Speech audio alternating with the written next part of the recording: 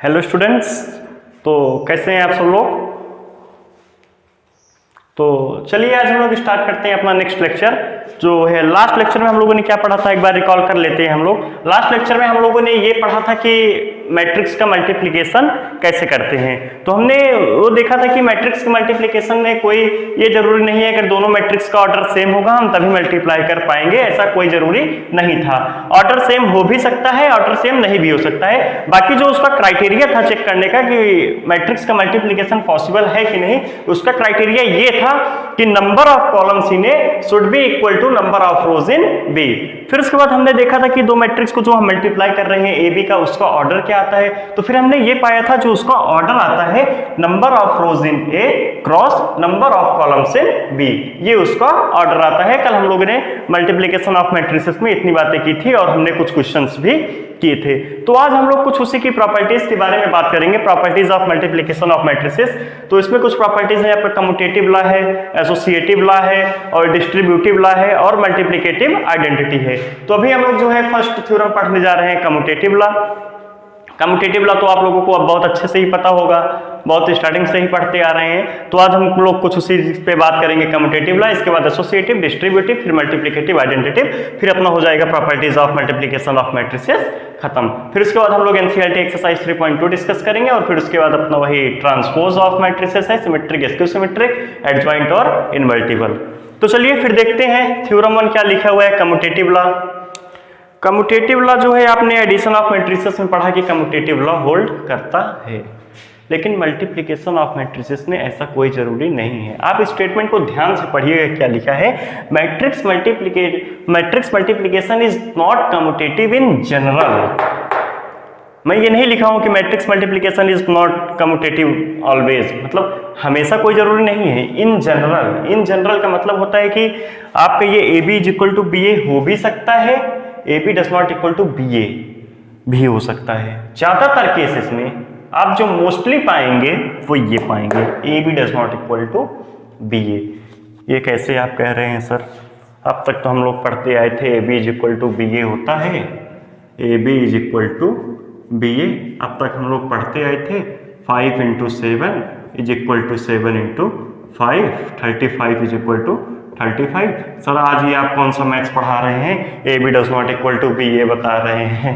कोई बात नहीं, चलिए अभी हम लोग देखते हैं कि ये क्यों नहीं सेटिस्फाई करेगा। अभी हम लोग एक एग्जांपल से समझेंगे। चलिए आइए फिर देखते हैं। जैसे मान लीजिए अगर आपका ए मैट्रिक्स दे रखा है, हम लोगों ने कल पढ़ रखा था कि कौन से मैट्रिक्स का मल्टीप्लिकेशन पॉसिबल होता है और कौन से मैट्रिक्स का मल्टीप्लिकेशन पॉसिबल नहीं होता है। लास्ट में हम लोग कुछ क्वेश्चन भी लिखे थे जिसमें हमने ये कहा था आपको सिर्फ ये बताना है कि उनका मल्टीप्लिकेशन पॉसिबल है या नहीं, अगर पॉसिबल है तो ऑर्डर क्या होगा। तो चलिए मैं एक एग्जाम्पल लिखता हूं, आप लोग देखिएगा। मान लीजिए अगर आपका ए मैट्रिक्स दे रखा है 1 2 3 2 4 6।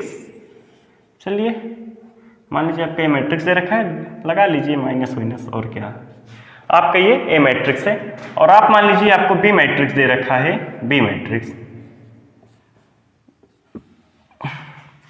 आपका जो भी मैट्रिक्स मान लीजिए दे रखा है समथिंग हाउ दिस 2 3 4 5 2 7।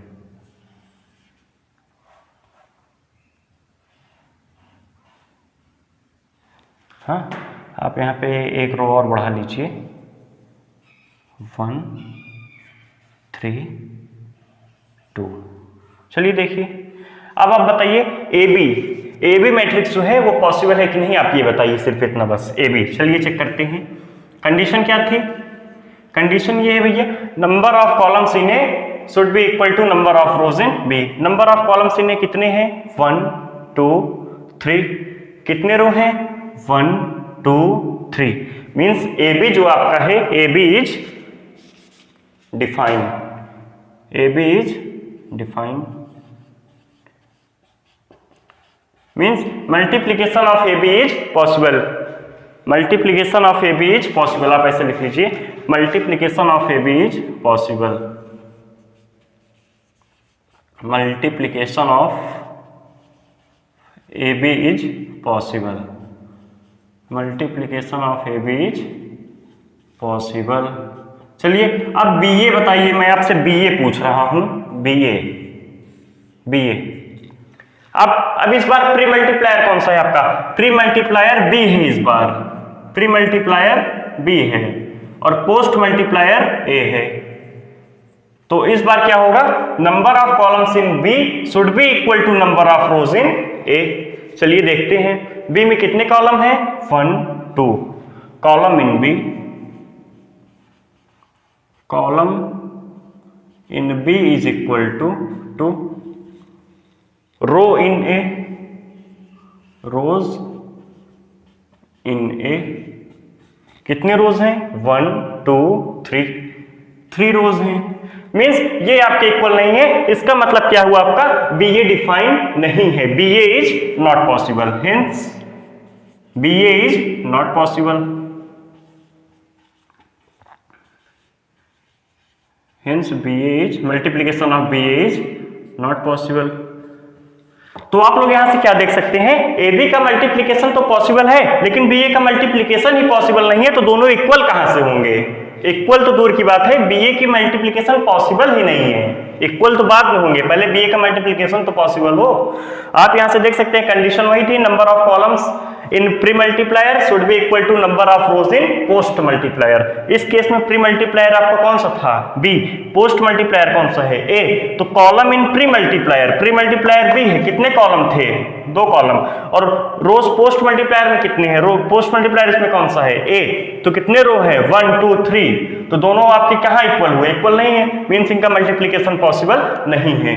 वो सॉरी मीन्स क्या हुआ? BA का मल्टीप्लीकेशन हाँ पॉसिबल नहीं है। तो कम्यूटेटिव लॉ आपका यही कहता है कि क्या कहते हैं? Matrix multiplication is not commutative in general. आप देख सकते हैं एग्जांपल से, आप इसको लिख लीजिएगा।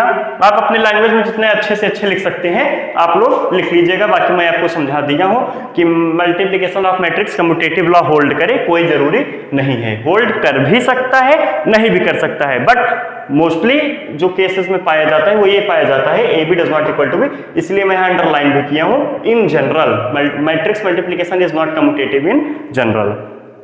चलिए मेरे हिसाब से आप लोग ये समझ गए होंगे कम्यूटेटिव लॉ, मैंने आपको एक एग्जांपल भी दे दिया है। अब हम लोग पढ़ेंगे थ्योरम टू एसोसिएटिव लॉ। आप लोग इसको लिखिए, अब हम लोग पढ़ेंगे एसोसिएटिव लॉ, आप इसको लिख लीजिएगा।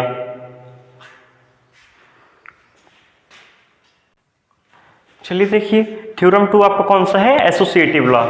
तो थ्योरम टू एसोसिएटिव लॉ क्या कहता है? मैट्रिक्स मल्टीप्लीकेशन आपका जो होता है वो एसोसिएटिव होता है। जैसे कि आपका एडिशन ऑफ मैट्रिसेस एसोसिएटिव होता था, उसमें हम लोग ये पढ़ते थे कि ABC अगर आपके 3 मैट्रिसेस दे रखे हैं तो A प्लस B ब्रैकेट में प्लस C कीजिए या A प्लस ब्रैकेट में B प्लस C कीजिए, दोनों सेम आते हैं, बस ABC की ऑर्डर क्या होने थे? सेम होने थे।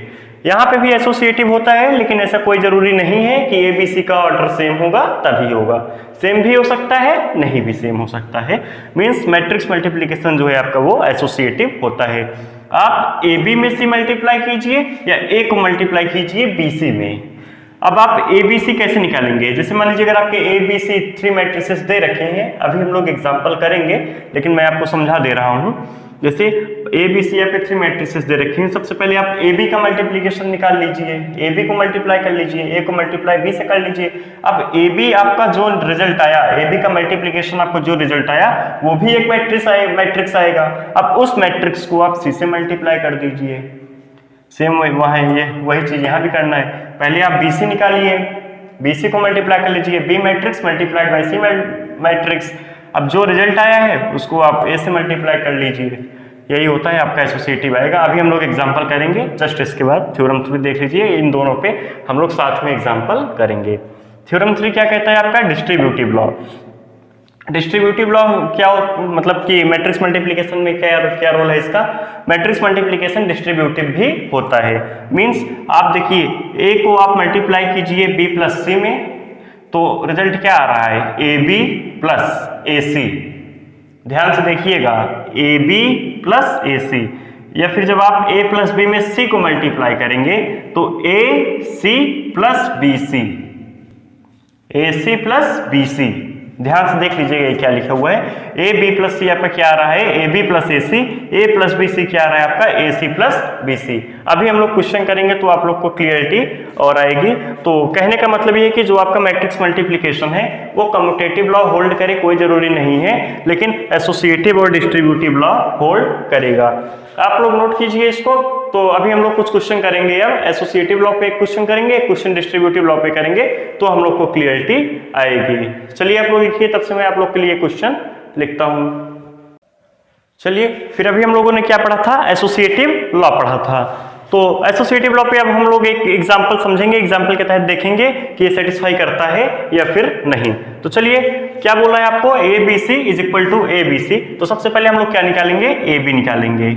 आपका A B is equal to कितना हो जाएगा, आप लोग मल्टीप्लाई कर ही ले लेंगे, first row first column, first row second column, ऐसे हम लोग मल्टीप्लाई करते थे। तो 1 इंटू 3 3, -1 इंटू 0 0, 2 इंटू -2 -4, फिर उसके बाद first row second column 1 into 1 1, -1 into 2 -2, 2 5 जा 10, फिर उसके बाद सेकंड रो फर्स्ट कॉलम 3 3 जा 9, 2 0 जा 0, उसके बाद 0 ये भी 0, फिर उसके बाद सेकंड रो सेकंड कॉलम 3 1 जा 3, 2 2 जा 4, उसके बाद आपका क्या हो जाएगा 0, फिर उसके बाद ये थर्ड रो से आप मल्टीप्लाई कर दीजिए, -6 प्लस 0, -6 प्लस 0 ये क्या है आपका -2, फिर उसके बाद आप क्या कीजिए, थर्ड रो सेकंड कॉलम कीजिए, -2 प्लस 0 प्लस 5, ये आपका क्या आ गया, ए बी आ गया।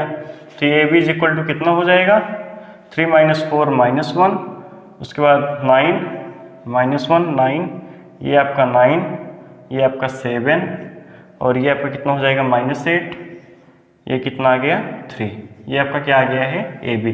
अब हम लोग क्या निकालेंगे, ए बी सी, ए बी सी। तो अब हम लोग ए बी में क्या मल्टीप्लाई करेंगे, सी, ए बी ये है, ए बी में क्या मल्टीप्लाई करेंगे, सी, इसका मल्टीप्लिकेशन इससे करेंगे। तो चलिए देखिए क्या है आपका, -1 9 9 7 -8 3, ए बी जब हम लोग मल्टीप्लाई करेंगे किससे, सी से, 2 1 -3 3 0 -1 कितना आएगा, चलिए देखिए। तो हम लोग डायरेक्ट कर रहे हैं मल्टीप्लिकेशन, कितना रो और कितना कॉलम आएगा, थर्ड रो और 3 रो 3 कॉलम आएगा। तो चलिए देखिए फर्स्ट रो फर्स्ट कॉलम करेंगे हम लोग, ये -2 प्लस 27 25 -1, ये आपका कितना हो जाएगा 3 3 -9 -6, फिर उसके बाद ये क्या कहते हैं 9 2 जा 18 18 और 21 39, फिर उसके बाद 9 ये 0 हो जाएगा, -27 -7 -34, उसके बाद -16 प्लस 9 -7 -8, फिर उसके बाद 24 -3 कितना आ गया आपका 21 आ गया। ये क्या है आपका ए बी सी, मैं इसको यहाँ लिख दे रहा हूँ 25 -1 -6 39 39 9 -34 39 9 -34 -7 -8 21 ए बी सी। अब मैं इसको इरेज कर रहा हूं, अब मैं क्या सॉल्व करूंगा, यहाँ पे ए बी सी सॉल्व करूंगा। अब मैं ए बी सी सॉल्व करूंगा, देखते हैं यही आता है कि नहीं। मैं ये वहां पे लिख दिया हूं, मैं एक बार चेक कर ले रहा हूं। 25 -1 -6 39 9 -34 -7 -8 21। तो ठीक है, मैं इसको इरेज कर रहा हूं, मैं ये सॉल्व करूंगा ए बी सी। चलिए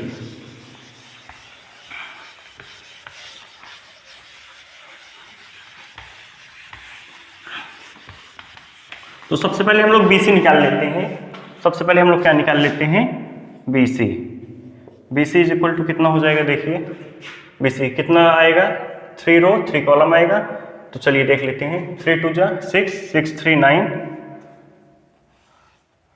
6 3 जा 9 3 1 जा 3, वो आपका 0 ही हो जाएगा। -9 -1 -10 ये 0 2 3 जा 6, उसके बाद वो 0 0 हो जाएगा। वो 0 -2 हो जाएगा, -4 + 15 -11, ये आपका -2 हो जाएगा। उसके बाद ये 6 - 5 कितना आ जाएगा, 1 आ जाएगा। ये आपका क्या आ गया, BC। अब हम लोग को क्या निकालना है, ABC। अब हम लोग क्या करेंगे, A मल्टीप्लाई करेंगे किसमें, BC में। तो आपका A कितना है, A है 1 - 1 2 3 2 0 -2 0 1। ये क्या है, A में हमको क्या मल्टीप्लाई करना है, BC। लिख ले रहा हूँ 9 3 -10, उसके बाद 6 0 -2 -11 -2 1। आइए अब हम लोग जो है देखते हैं ये कितना आता है। चलिए देखिए, मैं यहाँ पे डायरेक्ट लिख रहा हूँ 9 - 6 3। उसके बाद ये क्या कहते हैं, कितना आया था अपना, कहाँ गया, 9 - 6 3। उसके बाद 3 - 22 कितना आ रहा है, 12। BC कितना आया था यार अपना, BC कहाँ गया, 3 2 6 6 3 9। मतलब हमको कौन सा चेक करना है, थर्ड रो फर्स्ट कॉलम। ये कितना है आपका BC में, -4 + 15 11 होगा। ये 11 है, हाँ ये कितना है आपका 11 है। तो ये कितना आया 25। उसके बाद आप कितना, फर्स्ट रो सेकंड कॉलम चलेंगे हम लोग, 3 3 - 4 -1। फर्स्ट रो थर्ड कॉलम चलेंगे, -10 -10 + 2 -8 -8 + 2 -6। फिर उसके बाद सेकंड रो फर्स्ट कॉलम चलेंगे, 3 9 27 27 12 39। फिर उसके बाद चलेंगे सेकंड रो सेकंड कॉलम, 3 9 9 आ जाएगा सिर्फ। फिर उसके बाद चलेंगे सेकंड रो थर्ड कॉलम, -30 -30 और -4 कितना हो जाएगा, -34। फिर उसके बाद चलेंगे थर्ड रो फर्स्ट कॉलम, -18 + 11 कितना हो जाएगा, -7। फिर उसके बाद देखिए थर्ड रो सेकंड कॉलम, -6 और -2 -8। उसके बाद थर्ड रो थर्ड कॉलम कितना हो जाएगा, 20 और 1 21। तो ये आपका क्या आ गया, ABC। चलिए हम लोग चेक कर लेते हैं, 25 - 1 -6 39 9 -34 -7 -8 21। तो ये आपका क्या हो गया, वेरीफाई हो गया। कैलकुलेशन ज़्यादा था, कैलकुलेशन लगेगा। ये अगर आपके बोर्ड में क्वेश्चन भी आएगा तो 5 मार्क्स से कम में नहीं आएगा, 5 मार्क्स में ही आएगा। वेरीफाई करना था आपको ABC। सबसे पहले हमने क्या निकाला, AB निकाला। AB का जो रिजल्ट आया तो हमने उसको क्या किया, C से मल्टीप्लाई किया। फिर उसके बाद हमने क्या किया, BC निकाला और BC को किस में मल्टीप्लाई किया, A में। तो आपका जो रिजल्ट आया है वो यही रिजल्ट आया है, आप लोग इसको लिख लीजिए।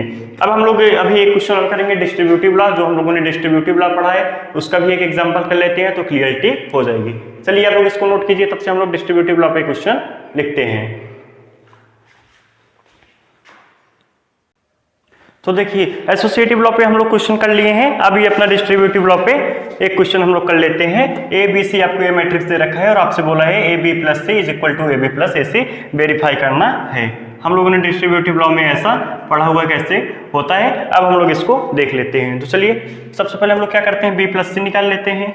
B + C, अब आप तो B + C ऐसे ही लिख लीजिए, 2 1 3।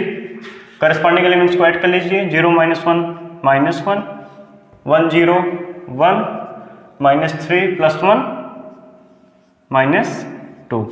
अब आपको क्या करना है, A मल्टीप्लाई करना है किसमें, B + C में। हाँ A मल्टीप्लाई करना है B + C में। A multiplied by B + C = A matrix आपका क्या है, 1 2 3 4। आपको ये मल्टीप्लाई करना है किसमें, BC एलिमेंट क्या है आपका, 3 -1 1 -2। चलिए देखते हैं क्या आता है रिजल्ट। हम लोग यहीं लिख दे रहे हैं, 1 3 = 3 3 2 5 -1 -4 -5 9 4 13। उसके बाद -3 -8 -11। अब A को मल्टीप्लाई किए हम लोग किसमें, B + C में। चलिए अब हम लोग दूसरा पार्ट निकालते हैं, AB और AC।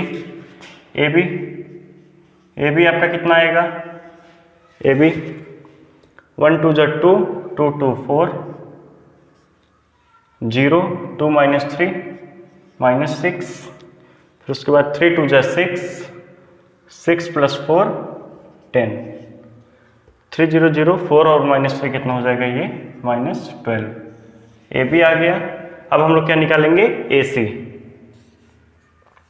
ए सी कितना आ जाएगा, ऐसे हम लोग ए सी निकाल ले रहे हैं डायरेक्ट। 1, ये 1 आ जाएगा, -1 + 2, -1 + 2 1, ये अपना कितना हो जाएगा 3, फिर उसके बाद ये सेकेंड रो -3 + 4 कितना हो गया 1। अब हमको क्या करना है, ए बी + ए सी, देखते हैं कितना आता है। A B + A C = corresponding elements को ऐड कर लीजिए। 4 1 5 -6 + 1 -5, 10 + 3 13, -12 + 1 -11। देखते हैं उतना ही आ रहा है क्या, 5 -5 13 -11, मतलब क्या हुआ, डिस्ट्रीब्यूटिव लॉ ये वेरीफाई कर रहा है। मतलब A B + C = A + B C, hence लिख लीजिएगा आप लोग अब statement, hence A B + C = A B + A C. तो ये आपका वेरीफाई हो गया डिस्ट्रीब्यूटिव लॉ। अभी अपने 2 थ्योरम आ रहे हैं, 2 थ्योरम हम लोग, ये सिंपल थ्योरम है, उस पर क्वेश्चन करने की कोई आवश्यकता नहीं है, आप लोग को ऐसे फेल आ जाएगी। बस आप लोग इसको नोट कीजिए, जो बचे हुए 2 थ्योरम है, मल्टीप्लिकेटिव आइडेंटिटी और एक नल मैट्रिक्स का, हम लोग वो 2 थ्योरम कर लेते हैं, फिर अपना ये हो जाएगा समाप्त। 2-3 मिनट का और है बस। चलिए आप लोग इसको लिखिए, वेरीफाई हो गया, आप लोग ये देख लीजिएगा। ए बी + सी मैं कैसे एडिशन कर रहा हूँ, कैसे कर रहा हूँ, ये सब आप लोग देख लीजिएगा, समझ लीजिएगा। मैं स्टेप वाइज कर रहा हूँ, बहुत ज़्यादा यहाँ पे स्टेप मैंने डायरेक्ट इसलिए कर दिया कि अब मैं इतना बोल करता या फिर स्टेप दिखाता तो आप लोग को बोरियत लगती, क्योंकि अब आप लोग को समझ में आ गया होगा इतना। चलिए ठीक है, आप लोग लिखिए, तब से मैं वो 2 थ्योरम भी आप लोग को समझा देता हूँ। चलिए देखिए, थ्योरम 4 क्या है आपका, एग्जिस्टेंस ऑफ मल्टीप्लिकेटिव आइडेंटिटी। ये क्या कहते हैं, फॉर एवरी स्क्वायर मैट्रिक्स से there exist an identity matrix of same order such that IA = AI = A। इसका मतलब क्या हुआ, अगर आपका A कोई स्क्वायर मैट्रिक्स है, A आपका कोई स्क्वायर मैट्रिक्स है, और जितने स्क्वायर मैट्रिक्स वो जितने ऑर्डर का है, अगर आप उतने ऑर्डर का आइडेंटिटी मैट्रिक्स से आप उससे मल्टीप्लाई करते हैं तो आपका रिजल्ट क्या मिलेगा, A मिलेगा, और ये दोनों इक्वल होंगे। जैसे मान लीजिए आपका I2 ले लीजिए, 2 × 2 का 1 0 0 1, और आप एक कोई स्क्वायर मैट्रिक्स ले लीजिए 2 × 2 का, मान लीजिए 1 2 3 4, चलिए मैं ले रहा हूँ 1 2 3 4। तो चलिए जल्दी बताइए, IA कितना आएगा आपका, IA जो आपका I × A आएगा कितना आएगा, 1 2 3 4। आपका IA कितना आया, 1 2 3 4। यही तो आपका A मैट्रिक्स था, 1 2 3 4, वही बोल रहा है IA किसके इक्वल होगा, A। यही आपका AI भी आएगा। A में अगर आप I मल्टीप्लाई करेंगे तो यही आएगा। बस कंडीशन क्या है, आपका A जो है कैसा मैट्रिक्स होना चाहिए, स्क्वायर मैट्रिक्स होना चाहिए, और जितने ऑर्डर का ये है आपका A स्क्वायर मैट्रिक्स, उसी ऑर्डर का आपका आइडेंटिटी मैट्रिक्स होना चाहिए। I2 मैं आपको पहले भी बताया हूँ, डिनोट ऐसे करते हैं। I2 मतलब होता है 2 × 2। अगर आपका I3 लिखा है मतलब स्क्वायर मैट्रिक्स, आइडेंटिटी मैट्रिक्स, ऐसा आइडेंटिटी मैट्रिक्स जिसका ऑर्डर कितना है 3 × 3। अगर आपका I4 लिखा है, जिसका मतलब क्या हुआ, ऑर्डर क्या है उसका आइडेंटिटी मैट्रिक्स का 4 × 4। तो यही था आपका थ्योरम 4। बस एक लास्ट थ्योरम बचा है थ्योरम 5। थ्योरम 5 में आपका यही है, अगर हम किसी मैट्रिक्स में नल मैट्रिक्स से मल्टीप्लाई करेंगे तो हमें जो रिजल्ट मिलेगा वो नल मैट्रिक्स मिलेगा। नहीं समझे, अगर आपका A समथिंग हाउ कुछ मैट्रिक्स है और B आपका नल मैट्रिक्स है, अगर वो मल्टीप्लिकेटिव मतलब अगर पॉसिबल है, अगर उनका मल्टीप्लिकेशन, कंडीशन क्या थी, वही A में जितने कॉलम होंगे B में उतने रो होने चाहिए। अगर वो कंडीशन सेटिस्फाई कर रही है तो आंसर कितना आएगा 0। अगर मल्टीप्लिकेशन नहीं पॉसिबल है तो हम लोग क्या लिखेंगे, AB इज नॉट पॉसिबल। तो चलिए हम लोग एक बार उस पर डिफिनेशन देख लेते हैं, उसके बाद अपना हो गया प्रॉपर्टी समाप्त। तो चलिए देखिए, ये अपना लास्ट थ्योरम है, बस 1 मिनट का है थ्योरम, आपको डिफिनेशन से ही पता चल रहा होगा। Product of the matrix with zero और null matrix is always a zero matrix. Zero matrix हम लोग किसे बोलते हैं, जीरो मैट्रिक्स हम लोग ऐसे मैट्रिक्स बोलते हैं जिसके सभी एलिमेंट्स क्या हों, आपके जीरो हों। ये आपका क्या है, 0 मैट्रिक्स है, 2 क्रॉस 2 का 0 0 0, आपका जितना टाइम हो लिखते रहिए ऐसे ऐसे। इसका क्या ऑर्डर है, 2 क्रॉस 3। इस मैट्रिक्स को हम लोग क्या बोलते हैं, 0 मैट्रिक्स। ये यही कह रहा है कि अगर हम किसी मैट्रिक्स को मल्टीप्लाई करेंगे नल मैट्रिक्स में तो हमें जो रिजल्ट मिलेगा वो क्या मिलेगा, 0 मैट्रिक्स मिलेगा। चलिए देखिए, जैसे मान लीजिए अगर आपका ए मैट्रिक्स ये दे रखा है, आपका ए मैट्रिक्स ये दे रखा है और बी मैट्रिक्स आपका, चलिए हम सेम ऑर्डर ले रहे हैं, 0 0 0 0 ये दे रखा है। और आपसे अगर प्रोडक्ट पूछा है ए बी, तो अब आप लोग खुद सॉल्व करके देख सकते हैं। 1 into 0 0 plus 2 into 0 0, 1 into 0 plus 2 into 0, 3 into 0 plus 4 into 0, फिर उसके बाद 3 इंटू 0 प्लस 4 इंटू 0। तो आपको क्या मिल गया, 0 0 0 0। नल मैट्रिक्स आपको वही मिलेगा। वही बोल रहा है, अगर product of the matrix with 0 और null matrix is always a 0 matrix. और आप ये एग्जांपल से भी देख सकते हैं, 0 मैट्रिक्स ऐसे मैट्रिक्स को कहते हैं जिसके सभी एलिमेंट्स क्या होंगे, 0। तो आपका properties of multiplication of matrices हो गया, आपका ये खत्म हो गया, कंप्लीट हो गया पूरी तरीके से। अब जो है आप लोग होमवर्क में क्या करेंगे, आप लोग, मैं उससे पहले आप लोग को बता दे रहा हूं, अगर आप लोग क्वेश्चंस नहीं लगा रहे हैं, अगर आप लोग अभी भी क्वेश्चंस नहीं लगा रहे हैं, तो अब आप लोग क्वेश्चंस लगाना स्टार्ट कर दीजिए। आप जितना ज्यादा क्वेश्चन लगाएंगे आपको उतना ज्यादा प्रैक्टिस होगी। मैं अब यहाँ एनसीईआरटी एक्सरसाइज 3.2 डिस्कस करने वाला हूं, तो आप लोग उसके हर एक क्वेश्चंस को हॉनेस्टली लगा के आइए, लगा के आप ये वीडियो लेक्चर देखिए, तो आप लोग को उससे क्या होगा ना, आप लोग को उससे बेनिफिट मिलेगा, बहुत ज्यादा बेनिफिट मिलेगा। आप ये करके देखिएगा, आप डायरेक्ट वीडियो मत देखिएगा, पहले आप एनसीईआरटी एक्सरसाइज 3.2 पहले सॉल्व कीजिए, आप एक एक क्वेश्चन को सॉल्व कीजिए, फिर आपको जहां डाउट आ रहा है, मैं अच्छे क्वेश्चन, मोस्टली जितने अच्छे क्वेश्चन होंगे मैं सारे क्वेश्चन यहाँ पे सॉल्व करूंगा, आप लोग को डिटेल में एक्सप्लेनेशन दूंगा। आप लोग को क्या करना है, सॉल्व करके आना है। तो चलिए अब आप लोग होमवर्क लिख लीजिए, मैं कल भी दिया था ये होमवर्क आप लोग को, लेकिन आप लोग एक बार फिर से लिख लीजिए homework, NCERT exercise 3.2 complete, 3.2 complete. अब आप लोग पूरी एक्सरसाइज लगा सकते हैं। तो अब आप लोग पढ़ना स्टार्ट कर दीजिए, अब आप लोग पढ़ना स्टार्ट कर दीजिए। तो चलिए ठीक है, फिर उसके बाद जो है अब हम लोग मिलेंगे नेक्स्ट लेक्चर में मिलेंगे। ये अपना लेक्चर हुआ खत्म, तो फिर हम लोग चलते हैं। अब आप लोग वेट कीजिएगा नेक्स्ट लेक्चर का, आप लोग पढ़ते रहिएगा और नेक्स्ट लेक्चर में हम लोग मिलेंगे। चलिए ठीक है, फिर थैंक यू क्लास।